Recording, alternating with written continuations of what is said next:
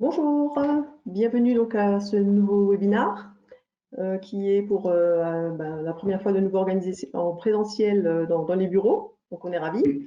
Voilà, Super. donc aujourd'hui on va vous parler plus précisément des phishing, pour clarifier sur les différents phishing qui existent, qui sont en place, les techniques, les moyens de protection également que vous pouvez mettre à votre disposition pour éviter ces phishing. Voilà. Et en fin de webinaire, donc le webinaire sera présenté par Loïc Leitz. Oui, Et en bonjour. fin de webinaire, donc je reprendrai la main pour quelques slides sur Kiwi Backup et quelques informations sur notre solution de sauvegarde. Voilà, donc je vais laisser la main à Loïc. Hein. À tout à J'espère l'heure. juste que vous nous entendez bien, si vous pouvez nous confirmer dans le chat, d'être bien sûr.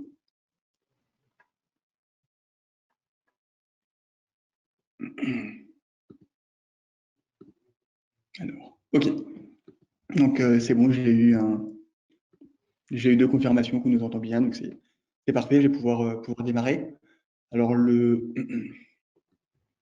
donc, au niveau du webinaire, je vais aborder plusieurs sujets concernant justement le phishing.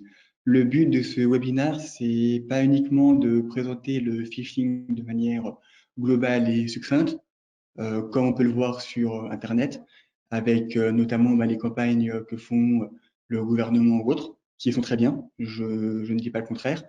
Là, le but, c'est vraiment de plus rentrer dans le détail sur notamment les différents types d'attaques avec le farming, le walling, mais également de voir et de comprendre pourquoi le phishing est autant utilisé maintenant. Quand j'ai préparé le webinaire, j'en ai discuté un petit peu avec des amis autour de moi qui ne sont pas forcément dans l'informatique et tous me disaient que le phishing, il n'y avait pas d'avenir parce que c'est souvent des mails où on dit vous avez gagné 3 millions d'euros, cliquez ici pour accepter votre gain. Donc justement, pour eux, ils ne comprenaient pas pourquoi ça pouvait encore marcher et encore être une des attaques les plus utilisées, des types d'attaques les plus utilisés actuellement. Et c'est ce que je vais vous présenter aujourd'hui. Tout d'abord, on va commencer par une petite définition du phishing et son histoire. Le phishing, en quelques mots, le but, c'est donc d'envoyer un email ou un SMS, on le verra plus tard, à une personne tierce afin de lui retirer donc des informations confidentielles. Ça peut être mot de passe, des numéros de carte de crédit, de RIB, mais aussi tout ce qui est carte d'identité ou encore date de naissance, adresse postale également. Et le phishing, il ne contient pas précisément donc de ransomware ou de malware, mais il peut, dans certains cas, en avoir également. Je vais en parler juste sur la slide suivante. Justement, le phishing, ce n'est pas un ransomware ni un cheval de Troie. Souvent, on fait l'amalgame entre les deux. En fait, pour bien comprendre, le phishing, c'est seulement une technique d'ingénierie sociale. L'ingénierie sociale, il y a plusieurs techniques. Il y a l'appâtage, j'ai quelques notes juste à côté de moi, qui vous incite à télécharger un fichier dangereux, donc l'hameçonnage, le phishing. Il y a également la tromperie, où l'hacker il se fait passer pour quelqu'un d'autre afin de vous soutirer des informations. Et pour finir, on a encore le scareware, qui vous fait croire que votre ordinateur est infecté et qui vous propose une solution justement pour le désinfecter. Au final, cette solution-là, elle infecte réellement l'ordinateur. Et souvent, dans les articles et dans le discours des personnes, que ce soit des prestataires informatiques ou même des clients, beaucoup justement font l'amalgame entre les différentes techniques et ne précisent pas bien ce qu'est le phishing. C'est pour ça que dans ce webinaire, je vais plus parler d'ingénierie sociale globalement, vu que la différence est très minime. Et souvent, dans les articles que je peux trouver sur Internet, dans les chiffres, etc., il y a pas mal de choses qui se rejoignent, notamment tout ce qui est tromperie ou encore appâtage. Il faut savoir une dernière information, c'est que l'ingénierie sociale, c'est pas toujours illégal. On pense que c'est le cas. Cependant, cette technique, elle est utilisée énormément dans le marketing. Je pense notamment comme exemple les bannières publicitaires que vous pouvez voir sur un site internet ou quand vous allez sur le site, il y a un petit compte à rebours en disant que l'offre promotionnelle de moins 50% se termine dans 5 minutes avec un compte à rebours qui descend. Bien évidemment, euh, c'est mis à chaque personne qui passe sur le site. Donc l'offre, elle n'est pas vraiment finie au bout de 5 minutes, mais c'est une technique justement qui permet ben, d'appâter les ventes au niveau d'un site internet avec de la générique sociale.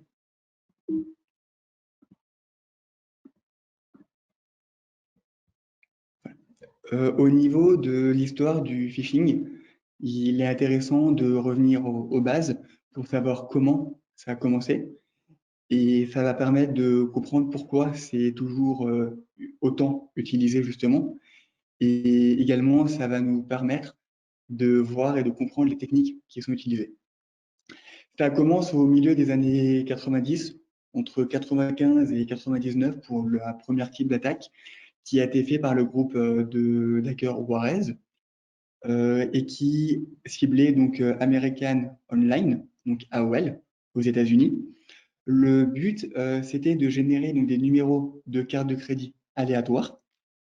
Et ensuite, le groupe Juarez tentait d'utiliser ces numéros de carte pour créer des faux comptes et trouver une correspondance avec une vraie carte de crédit.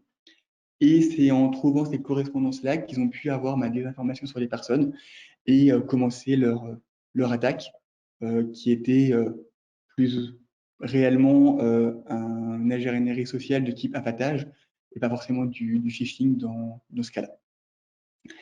Après, on passe en septembre 2003, où il y a la première page Internet qui a été usurpée. C'était une page PayPal. Il faut savoir, au niveau des chiffres, que PayPal et eBay également, après Amazon, un peu moins, ce sont les pages Internet qui sont les plus usurpées dans le monde. Je n'ai pas les chiffres en France pour le coup. Et en 2003, c'est aussi la première attaque d'une banque. La banque, c'est le secteur qui est le plus touché par les attaques de phishing. En 2004, maintenant, on a le premier procès d'une personne, un hacker, qui a utilisé ces types de techniques-là. Au niveau de la personne, c'était un adolescent californien qui avait eu à l'époque une peine assez sévère pour faire office d'exemple. Et depuis, il y a des peines assez régulièrement quand ils arrivent à démanteler un réseau. Et 2004, c'est la première attaque connue mondialement qui a vraiment fait écho dans les médias. C'était un phishing sur la campagne présidentielle. Quand il y a des campagnes, il y a souvent les candidats qui font des appels aux dons et ils ont une page de campagne avec souvent un compte PayPal où vous pouvez donner pour soutenir la campagne. Et là, il y avait un mail, un faux mail, qui demandait justement à ces personnes-là de donner. Et au final, ça n'allait pas sur le PayPal du candidat, mais sur le PayPal du hacker. Après, on arrive en 2007, on a eu une baisse des attaques. C'était un peu la période creuse, avec notamment l'arrivée de la fraude à l'humain interposé. Donc là, c'est-à-dire qu'on va plus forcément utiliser le mail, mais directement prendre des données en face à face avec la personne, soit en se faisant passer pour une personne de l'entreprise et aller directement dans les locaux pour voler des données avec une clé USB ou autre. Voilà. Permet. Juste, est-ce que vous m'entendez toujours bien? J'ai une petite alerte de GoToWebinar qui me dit qu'il y a un petit souci Non, on t'entend bien, le mec. un petit souci là-dessus.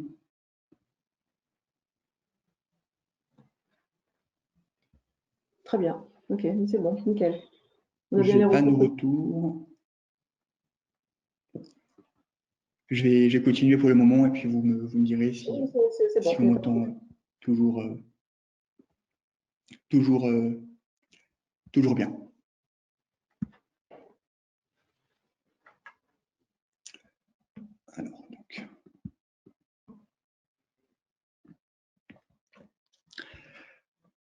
Donc j'en étais à donc, 2007 où il y a eu une baisse et après on constate une hausse, cette fois-ci de nouveau des attaques à partir de 2010. Pourquoi 2010? C'est l'avènement notamment.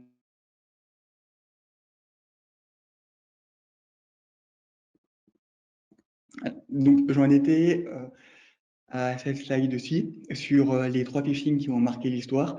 Bien évidemment, il y en a plus hein, qui ont eu un écho. Cette fois-ci, je me suis vraiment concentré sur, pour moi, les trois plus importants.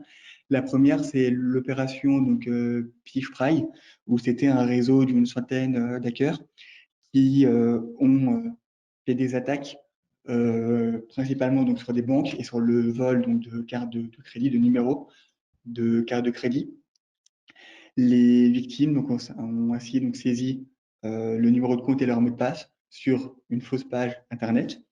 On parle quand même de 1,5 million d'euros récoltés par ces hackers-là, ce qui n'est pas rien. Deuxième attaque, c'est une attaque qui concerne donc, Walter Stephan. Comment ils ont fait? Donc ça, c'est une attaque qu'on peut qualifier de fraude au président. C'était en 2007, à peu près, non, 2011, autant pour moi. Les cybercriminels, ils ont truqué le courrier électronique donc, de Stéphane Walter. Ils ont arrivé à connaître son adresse mail et à pouvoir l'utiliser.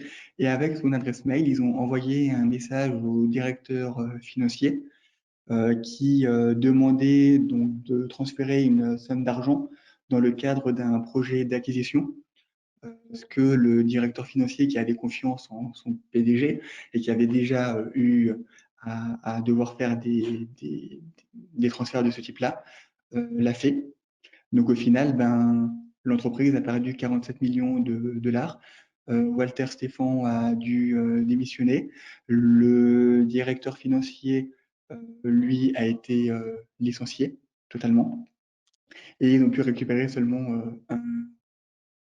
environ un cinquième de ce qu'ils avaient perdu. Et la troisième attaque, c'est une attaque au niveau du groupe Target qui sont passés par le fournisseur. Il y a eu plus de 110 millions de personnes qui ont été atteintes. Alors au-dessus, ils n'ont pas forcément eu leur carte bancaire, leurs numéros qui ont été dérobés, mais ils ont eu pas mal d'infos qui ont été volées, notamment tout ce qui est adresse mail, numéro, informations. Et ces informations-là se sont pas mal vendues sur les différents réseaux sociaux. Partie 2, maintenant, je ne vais pas passer trop longtemps dessus, mais c'est plus pour faire un rapide compte-rendu des chiffres que vous pouvez avoir au niveau du phishing et des conséquences qu'il y a derrière, parce que des conséquences, il y en a, comme vous l'avez sans doute compris, beaucoup, que ça soit pour, euh, pour le client ou également ben, les clients du client. Au niveau du phishing, le phishing, c'est l'attaque la plus courante, plus fréquemment utilisée.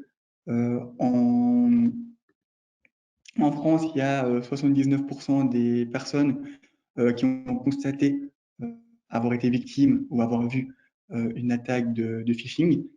Pour ça également, j'aurais aimé avoir un petit peu vos retours par rapport à ça pour savoir si vous, par jour, combien vous recevez un petit peu de mails de phishing. Je vais donc lancer le sondage actuellement. Vous pouvez, vous pouvez répondre. Donc ça va entre un mail de phishing par jour, entre 2 et 3, entre 4 et 5, plus de 6, ou vous ne savez pas. Et que souvent c'est un peu compliqué de pouvoir les détecter. En même temps, donc j'attends s'il y a quelques votes encore.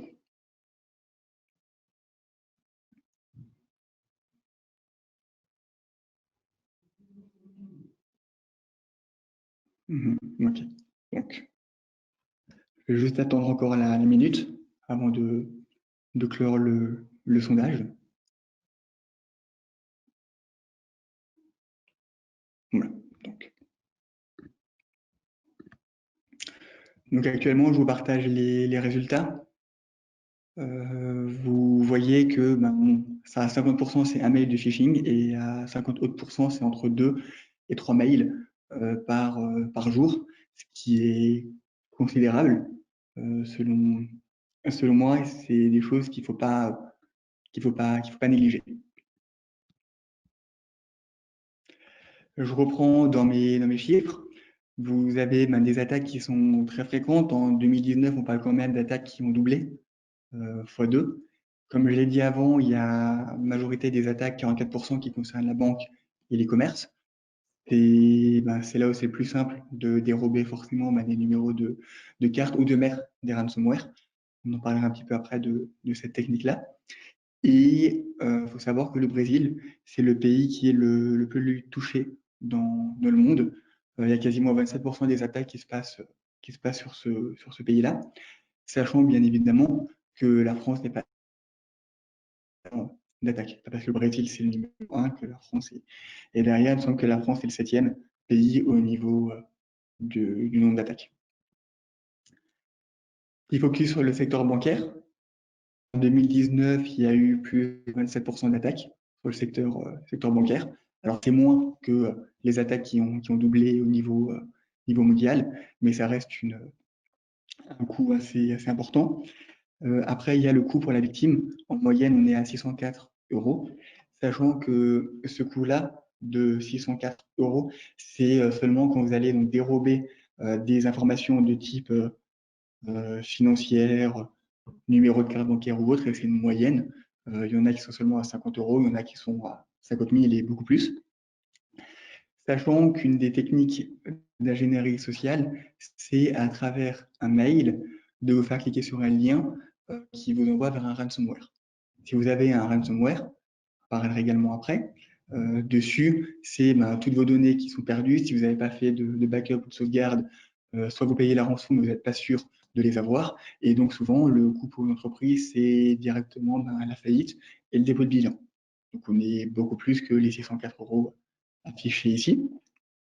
Ce que j'ai mis également comme information, c'est que les techniques, ils sont de plus en plus optimisés, notamment avec l'utilisation des SMS et de WhatsApp, même de Messenger, où il y a eu des attaques de phishing, également sur Instagram et sur Snapchat. Donc vraiment, tous les réseaux sociaux sont touchés. Quelques autres statistiques sur l'année 2019. Donc 70% justement des attaques par ransomware sont effectuées par phishing. Le reste des attaques de ransomware, c'est notamment on vous envoie par la poste une clé USB, ce genre de choses-là, ou on attaque directement ça avec un CD encore pour ceux qui en utilisent. Sur une adresse mail, on voit à peu près 19% de taux de mail légitimes seulement reçus par les entreprises. Si vous avez 100 mails, ça fait seulement 19 mails qui sont corrects et plus de 80 qui sont des arnaques, ce qui est énorme, sachant que souvent on a plus que 100 mails par jour. Voilà, quoi. Et 66%, c'est les taux de mail malicieux. Et après, comme je le dis, donc 40% qui ont déjà déclaré avoir identifié des cas où justement des employés se sont fait prendre par le phishing. Ces phishing-là, ils ont forcément des conséquences. C'est des données sensibles qui sont volées. C'est des données qui sont également supprimées par les hackers dans le cadre des ransomware. Souvent, ransomware, OK, ils cryptent les données, mais après, des fois, ils les suppriment totalement. Et ils vous font quand même payer la rançon. Et justement, en vous payez la rançon, derrière, vous n'allez pas récupérer vos données. C'est une perte d'argent au niveau du chiffre d'affaires, de la trésorerie, mais également une perte en notoriété. Si maintenant votre entreprise elle a une attaque de ransomware, je pense notamment à Honda récemment, ça fait un peu baisser l'estime et la confiance que les employés ont envers l'entreprise. Et donc derrière, moins de ventes et moins de personnes qui sont fidèles à la marque. Et après, c'est une perte de temps pour reconstruire les données. Il y a pas mal de démarches avec les assurances ou autres. Et on voit de l'argent, ce qui n'est pas toujours, pas toujours le but. Maintenant, je vais passer la slide qui nous intéresse. particulièrement, c'est notamment sur les 10 types d'attaques les plus courantes. On parle souvent de phishing, des fois de spear phishing ou de fraude au président, mais il faut bien en être conscient qu'il y a différents types justement d'attaques au niveau, au, niveau au niveau du phishing. Le premier, c'est le phishing trompeur. C'est l'attaque la plus courante qui consiste justement à usurper l'identité d'une entreprise pour vous voler des informations. Ici, j'ai mis, ici, j'ai mis deux exemples. Le premier exemple, donc, c'est au niveau de la FIFA en 2018, quand il y a eu la Coupe du Monde, où justement, ils ont beaucoup utilisé de techniques qui encourageaient à payer des tickets ou des hôtels, et ça renvoyait vers un faux site Internet. Et la deuxième attaque que j'ai mise, c'est une attaque que mon collègue a reçue, Étienne, qui s'occupe du développement de notre application, qu'il a reçue cette semaine au niveau d'Amazon. Justement, Amazon, comment ils ont fait les hackers? Ils ont vu forcément que beaucoup de personnes utilisent Amazon, réalisent des commandes, et ici, ils envoient un lien avec un mail, et quand on clique sur le mail derrière, ils nous demandent de nous identifier pour voir notre commande. Souvent, les personnes le font, et une fois qu'on s'est identifié, ça nous revient à la page réelle d'Amazon. Les personnes comprennent juste qu'il y a eu un bug ou autre. Ils se reconnectent normalement, ils font ce qu'ils ont à faire sur Amazon. Mais derrière, il y a le hacker qui a récupéré l'adresse mail et le mot de passe, et qui après, derrière, si vous avez relié notamment une carte de crédit Amazon, il peut se faire plaisir et derrière faire pas mal de choses. Sachant comment ils arrivent à avoir vos adresses mail, c'est notamment via des vols de données sur des serveurs.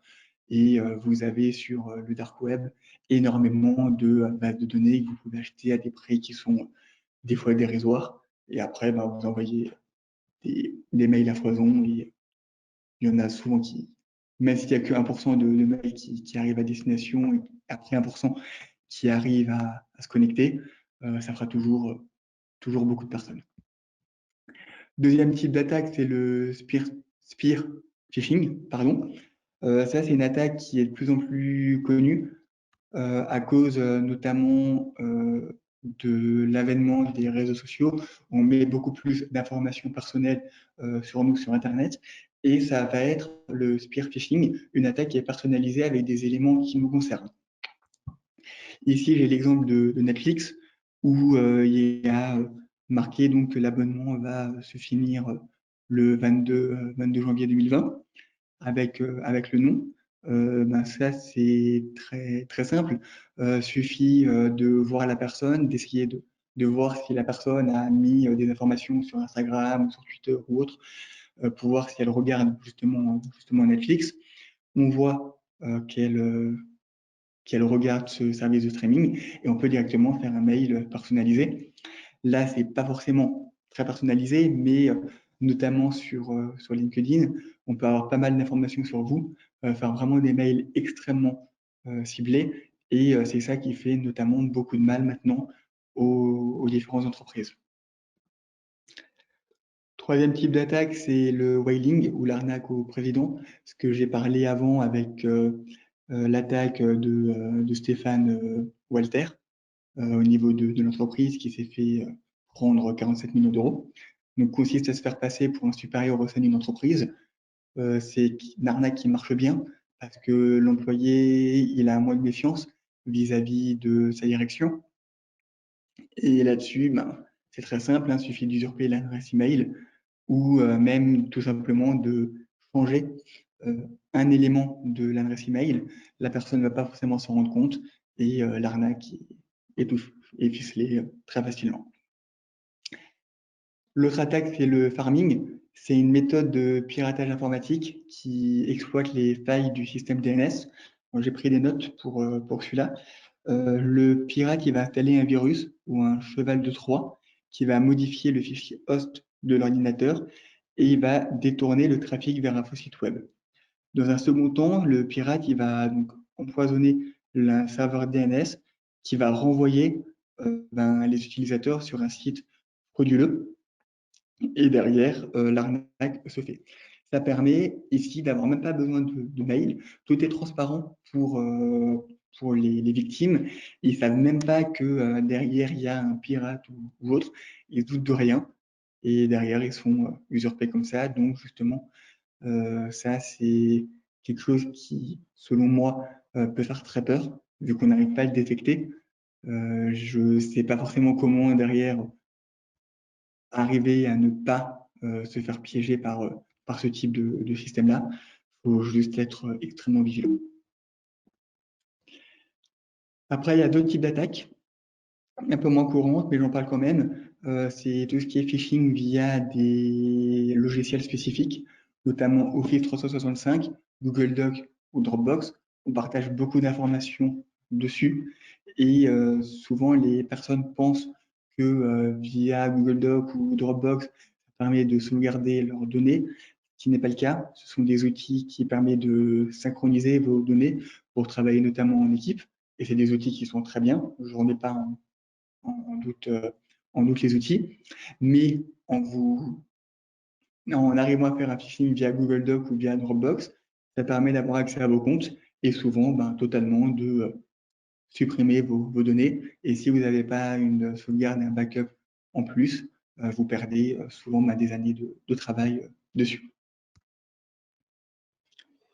Et logiquement, il y avait encore voilà, une autre slide ce qui concerne le S-mishing et le phishing, si je prononce bien, que j'en ai parlé précédemment. Ça utilise les nouvelles technologies, notamment S pour SMS et V pour l'utilisation de WhatsApp, qui sont des techniques qui marchent bien. Donc les personnes sont de plus en plus connectées et de plus en plus sur leur téléphone.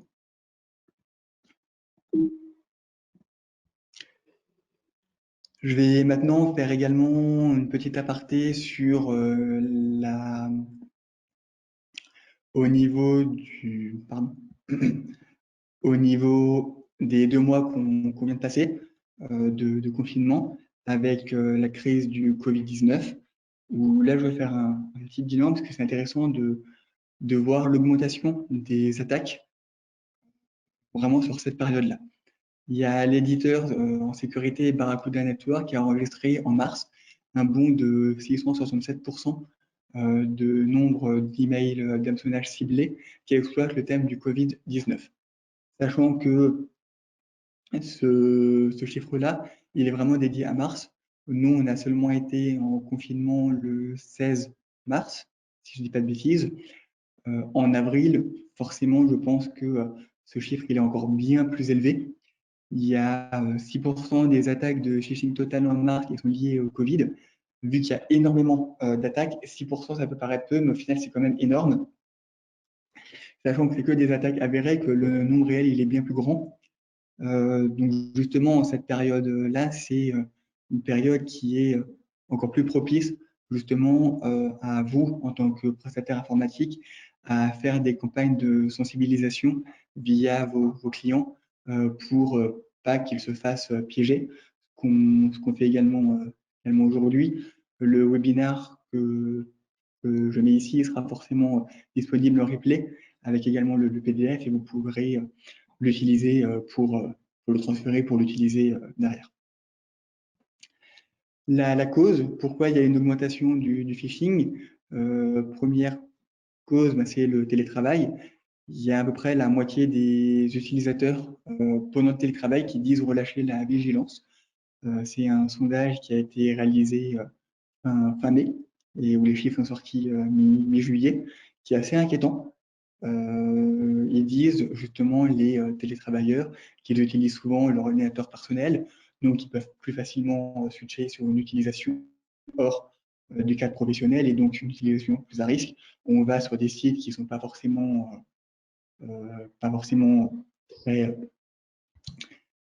très enclins avec la charte de l'entreprise. Je pense notamment à des sites de téléchargement ou à des sites de streaming illégal ou autres. Et après, la deuxième cause, c'est l'exploitation de la peur. Il y a eu beaucoup de personnes qui ont eu énormément de stress, que ce soit par rapport à la pandémie, par rapport au confinement, au télétravail. Et donc, ça permet d'avoir également une vigilance qui est un peu plus baissée et qui permet d'exploiter la peur. Là, j'ai quelques exemples. Le premier, c'est un phishing qu'on a vu énormément, c'est au niveau des masques. On a eu une pénurie de masques en mars et en avril. Donc, beaucoup de mails, c'était voilà, ce que vous voulez, commander des masques. Derrière, on rentrait sa carte bancaire et on était victime d'un phishing. Et le deuxième type, c'était au niveau des dons pour des associations. Là, c'est l'OMS qui a directement fait enfin, eu été victime de phishing, où le but c'était de donner sur un compte PayPal pour une soi-disant organisation de santé, qui au final, l'argent allait directement dans les poches du groupe de hackers. Le phishing, alors je regarde juste si vous avez des questions, n'hésitez pas à les mettre dans le chat. Le phishing, c'est une attaque qui est énormément utilisée actuellement. On pense souvent donc pourquoi elle est autant utilisée, alors que, comme je l'ai dit en début de webinaire, beaucoup pensent que le phishing, c'est simplement des mails qui disent qu'on a gagné 3 millions d'euros et que on rentre nos coordonnées bancaires et on a le jackpot. Pas forcément. Et c'est bien plus vicieux que ça, parce que justement, la technique de ces mails-là qui sont très facilement détectable, c'est justement une technique pour vous soutirer plus d'informations. Je vais en parler d'ici 2 slides. Première, pourquoi ça marche bien? C'est le facteur humain, il est au cœur du phishing. Forcément, pour être victime, il faut un humain derrière. Et 63% des incidents de sécurité dans une entreprise, ça provient d'un collaborateur. Et selon également la même étude, il y a 80% des entreprises qui craignent une imprudence humaine de la part d'un de leurs salariés.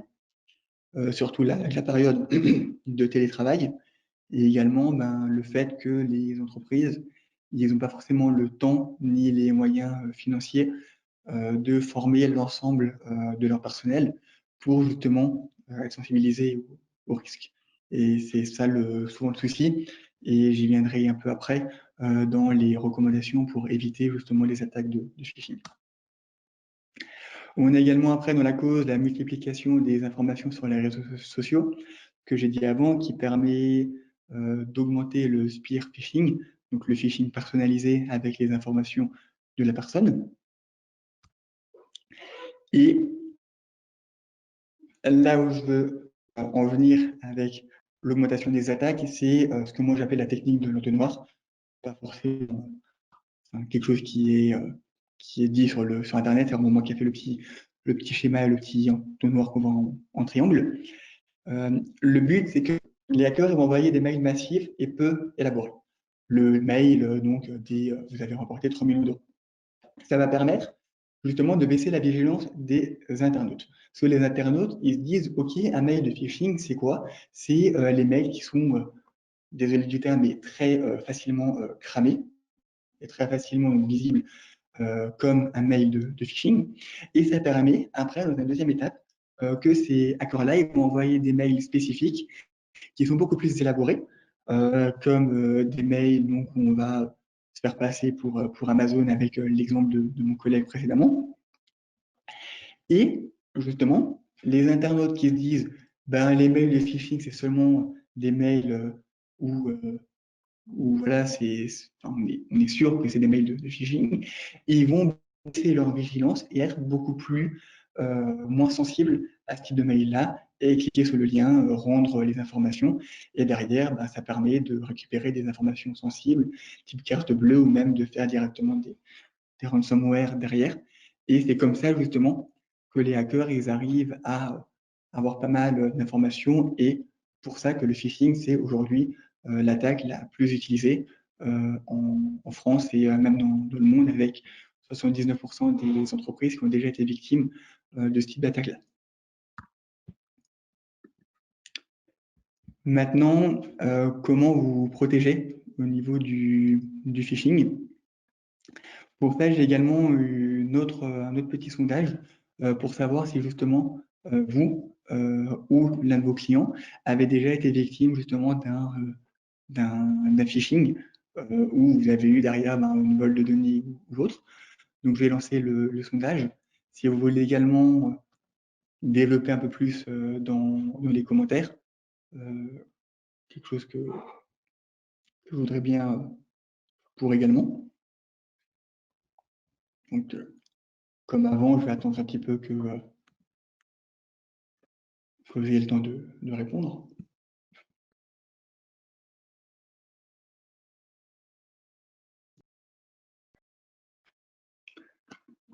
Voilà, donc encore quelques secondes et je vais vous partager le sondage. Voilà. Donc, sondage que je viens de partager à l'écran actuellement. On peut voir que sur l'ensemble des personnes qui ont répondu, il y a plus de 60% qui ont déjà été victimes ou un de vos clients sur un phishing. C'est pas un chiffre à la légère quand on sait derrière les retombées qu'on peut avoir. Je vais revenir sur comment vous vous protégez. Comment vous protéger, ça va être, et c'est notamment le plus important, c'est sur la prévention et sur la formation des employés. L'humain, il est au cœur de la cybersécurité. C'est lui qui a le pouvoir soit de se faire attaquer, soit d'être vigilant et d'éviter le phishing. Ça va être des choses qui sont très facilement applicables en entreprise. C'est d'effectuer une charte utilisateur sur l'utilisation des outils informatiques. Il y a beaucoup de chartes qui sont déjà disponibles sur Internet toute faite, où cette charte-là, vous pouvez l'imprimer, la disposer dans la salle de réunion ou les salles de pause, permet justement de sensibiliser avec des, avec des règles assez simples, mais par exemple ne pas télécharger de logiciels dont vous ne connaissez pas la provenance et qui ne sont pas autorisés par l'entreprise. Par exemple, chez nous, chez Kiwi Backup, euh, si maintenant moi derrière je veux euh, télécharger un logiciel dont je n'ai pas le droit, je dois d'abord demander au RSSI un accord qui lui va faire une étude pour savoir si le logiciel est fiable ou non. Et c'est en faisant pas mal de petites choses de ces plats qu'on arrive derrière à avoir vraiment une approche dans la cybersécurité et à détourner l'ensemble de ces risques-là. Après, c'est effectuer des formations pour apprendre à détecter les phishing, et également de tester régulièrement votre équipe. Il existe de nombreux quiz en ligne que j'ai mis ici. Alors, les liens sont cliquables quand j'enverrai le replay courant de l'après-midi ou demain matin. Avec ici, donc, il y a en dessous trois tests en anglais, notamment BNZ, Acelis et Phishing Box. Et après, il y a deux autres mails, donc un test de Google et un test de Safe on Web, sachant que c'est des tests qui sont assez compliqués. Faut le faire pour avoir un sans faute dans ces tests-là. Et c'est bien de les faire de temps en temps, de les envoyer à votre équipe ou même à vos clients ou de les partager sur les réseaux sociaux. Ça peut toujours être des choses pertinentes. Justement, sur un mail, comment on détecte un mail frauduleux? Ici, j'ai pris l'exemple de Kiwi. Forcément, nous, on ne va pas envoyer de phishing, mais il y a plusieurs choses à faire attention. La première chose, c'est quand vous recevez le mail, de faire attention à la personne qui vous envoie le mail. Savoir justement si l'adresse de l'expéditeur est la bonne. Si maintenant vous avez un mail stephanie@kiwibackup.com sans le tirer, là, ça peut vous alerter. En l'occurrence, voilà, il y a sa photo de.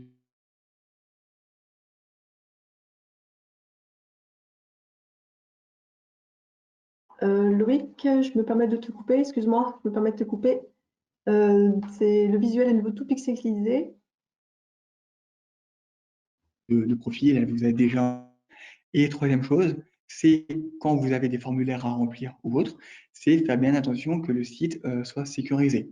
Un moyen simple, c'est de voir notamment le petit cadenas sur le site pour que le site soit bien en HTTPS et qu'il y ait bien les bons certificats d'authentification du site web.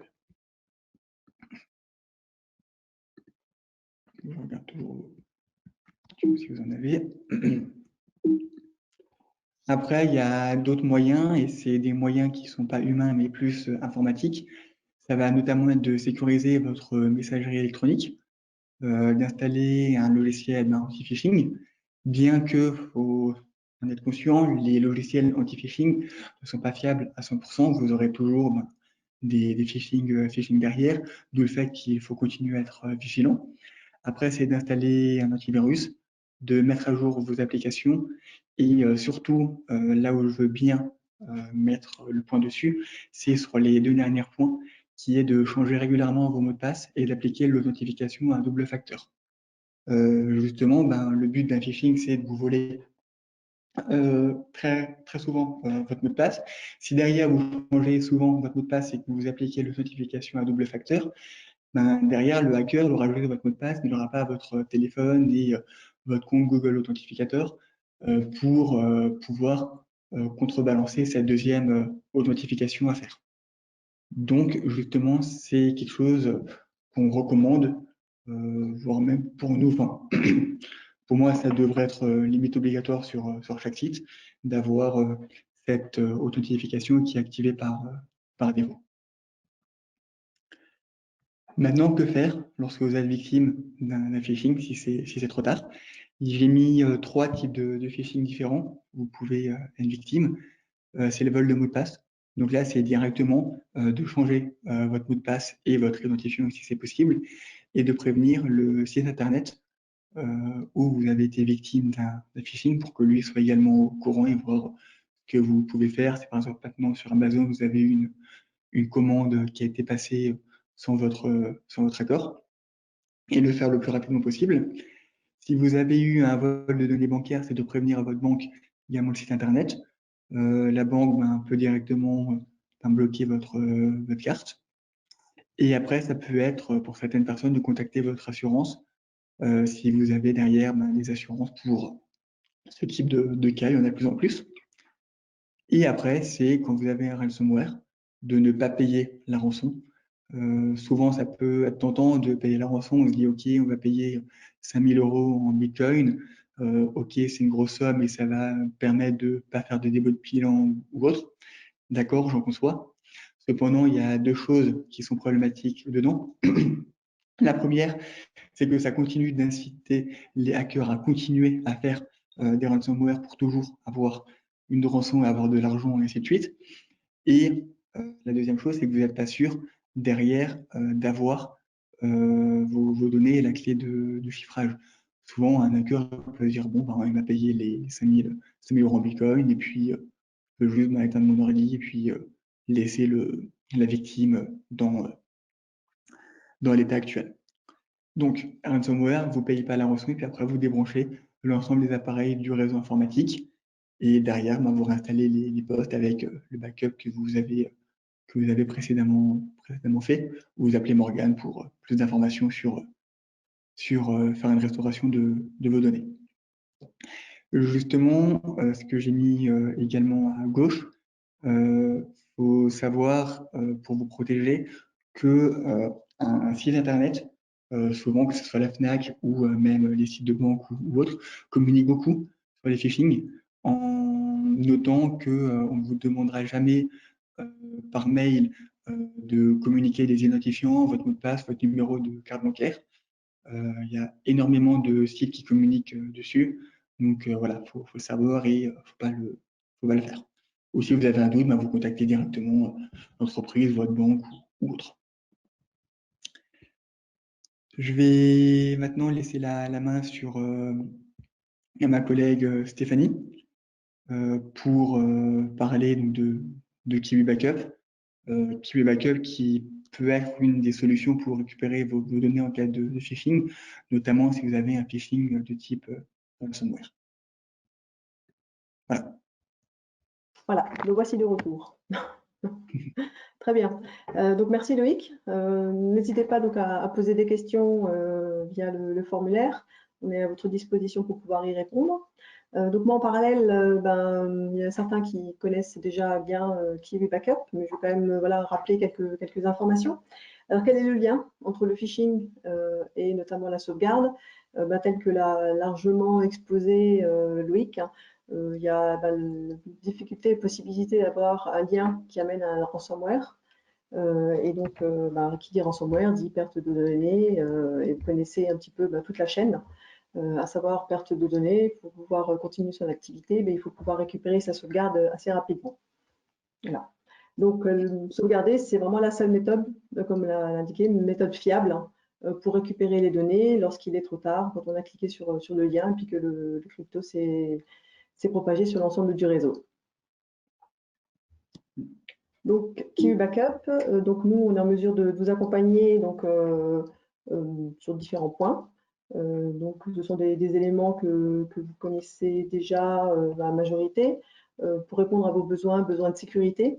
Pourquoi? Parce que bien sûr, les données sont chiffrées pendant le transfert au niveau du stockage.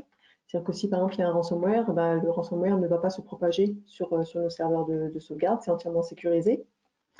Il y a un historique de 90 jours, donc ransomware par exemple qui a eu lieu hier, mercredi, on a la possibilité de remonter les données sur cette durée. Bien sûr, on est conforme au RGPD et les données sont bien sûr hébergées en France avec nos partenaires OVH. On est entièrement transparent là-dessus. Ensuite, autre point positif de notre sauvegarde, de notre solution, donc c'est la simplicité, simplicité de mise en place, d'utilisation.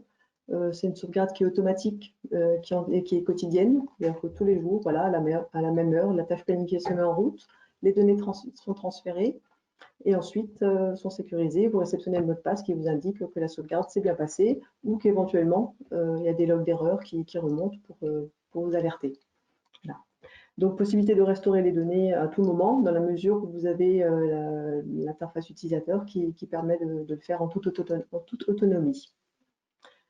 En parallèle, donc, on a bien sûr un gain de temps, dans la mesure, une fois que le paramétrage est fait, c'est un paramétrage qui est assez intuitif. On sélectionne simplement les dossiers et fichiers qui sont à sauvegarder et l'heure à laquelle on souhaite que la tâche planifiée se mette en route.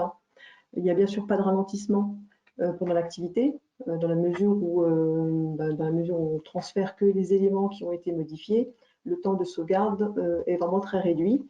Et de plus, on met vraiment des moyens pour pouvoir optimiser les sauvegardes en découpant notamment les fichiers de manière intelligente. Voilà. Donc, en complément de ces besoins, bien sûr, le fait de mettre en place une solution de sauvegarde permet quand même de maîtriser son budget. C'est-à-dire de savoir, voilà, exactement, j'ai telle volumétrie, j'ai besoin de sauvegarder tant et tant de gigas ou de terras, j'ai un abonnement, je sais ce que va me coûter cet abonnement tous les mois. Il n'y a pas de frais d'installation ou pas de frais de licence qui sont répercutés aux partenaires ou au client final. Et bien sûr, il y a un accompagnement tout aussi bien d'un point de vue commercial que d'un point de vue technique. Donc, un commercial pour expliquer le fonctionnement, la mise en place. Sur l'aspect technique, là c'est davantage au niveau des logs, au niveau de l'installation pure ou des éventuelles difficultés que vous pourriez rencontrer. Donc bien sûr, on est disponible par mail et également en direct par téléphone. Avec plaisir, pour discuter. Donc je vais à présent vous présenter quelques interfaces. Donc l'interface utilisateur que vous connaissez déjà. Donc interface utilisateur qui est personnalisable à vos couleurs, c'est-à-dire qu'à la place du logo de Kiwi, vous pouvez tout à fait intégrer le logo de votre société ou bien de votre société d'informatique dans le cadre éventuellement de la prestation. Donc là, on voit le paramétrage de la sauvegarde avec sur la partie donc, de gauche, on a les différents disques, on a les différents dossiers qui s'affichent et en cliquant, en sélectionnant les dossiers, ils vont automatiquement s'implémenter sur la partie paramètres, sur la partie droite. Voilà. Donc paramétrage également de l'heure de sauvegarde et des éventuelles exclusions. Voilà. Donc, pour rappel, on a également la possibilité de paramétrer des lecteurs réseau. Donc là, c'est simplement au niveau sur le même écran où on descend et on peut également monter des disques pour les données qui se trouvent par exemple sur des NAS. Voilà. En parallèle donc d'interface utilisateur, vous disposez donc d'une interface d'administration pour pouvoir tout simplement gérer les différentes machines de votre parc, pour voir comment les volumes sont occupés, voir éventuellement les services ou les clients qui sont en dépassement, et voir ceux qui sont également à jour au niveau des sauvegardes.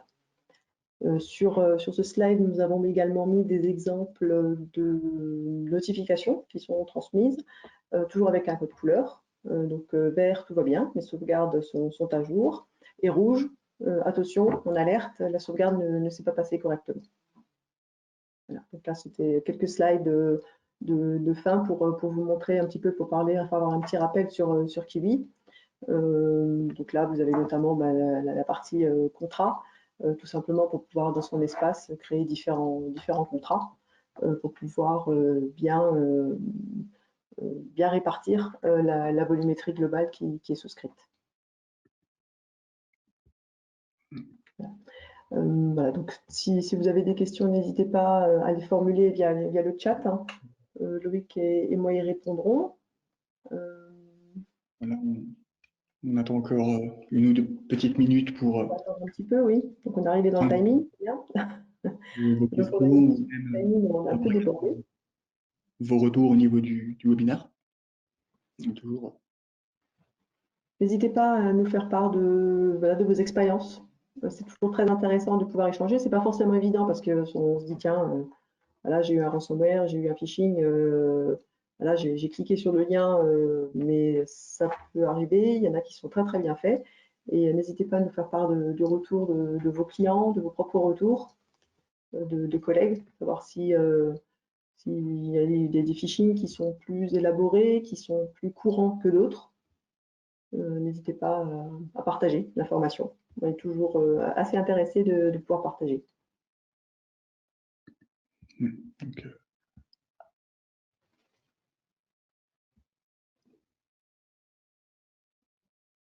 ouais, donc, Ok. Bah, écoutez, s'il n'y a pas de questions, je vous propose de clore donc, ce webinaire. Bien sûr, je suis disponible également par téléphone ou par mail. Vous pouvez très largement me contacter directement si vous souhaitez que l'on soulève l'un ou l'autre point en parallèle. N'hésitez pas, on est à votre disposition. vous aurez bien évidemment, comme je l'ai dit, le webinaire en replay qui sera disponible sur notre chaîne YouTube. Chaîne YouTube où il y a également l'ensemble des différents webinaires que nous avons fait depuis 2014, pour le premier, avec également sur cette chaîne YouTube plusieurs tutoriels pour vous expliquer l'interface utilisateur et l'interface d'administration. Donc j'enverrai le mail dans la journée ou demain matin également avec le PDF. Alors j'ai monsieur Poncet qui me dit donc qu'ils ont eu donc des cas récents suite à un piratage de compte Office 365 et qui a reçu des mails donc, qui semblaient très légitimes alors que c'était pas le cas. Donc voilà, c'est ce que je disais avant, une type d'attaque, c'est des phishing sur Office 365 qui est très utilisé de plus en plus. Donc merci de votre retour. Et donc les répercussions, je ne sais pas si vous Pour pouvez nous en finir, dire un petit peu plus sans forcément dévoiler de secrets d'État, mais est-ce que vous avez pu les détecter en temps et en heure? Est-ce qu'il y a eu des risques Qu'est-ce que c'était comme type de phishing également? pour voir un peu Donc c'est en vrai que attendant rapidement la réponse, du coup, je vais juste encore parler de nous inviter à la fin du webinaire à aimer notre page LinkedIn de Kiwi Backup. C'est là où on partage pas mal d'informations, notamment sur ce qu'on fait, tout ce qui est prévu, les webinaires ou autres, comme nos salons, nos futurs salons, etc. Mais dessus, on poste également pas mal de pas mal de liens sur l'actualité au niveau cybersécurité, qui permet d'avoir pas mal de compléments, notamment au webinaire. Voilà.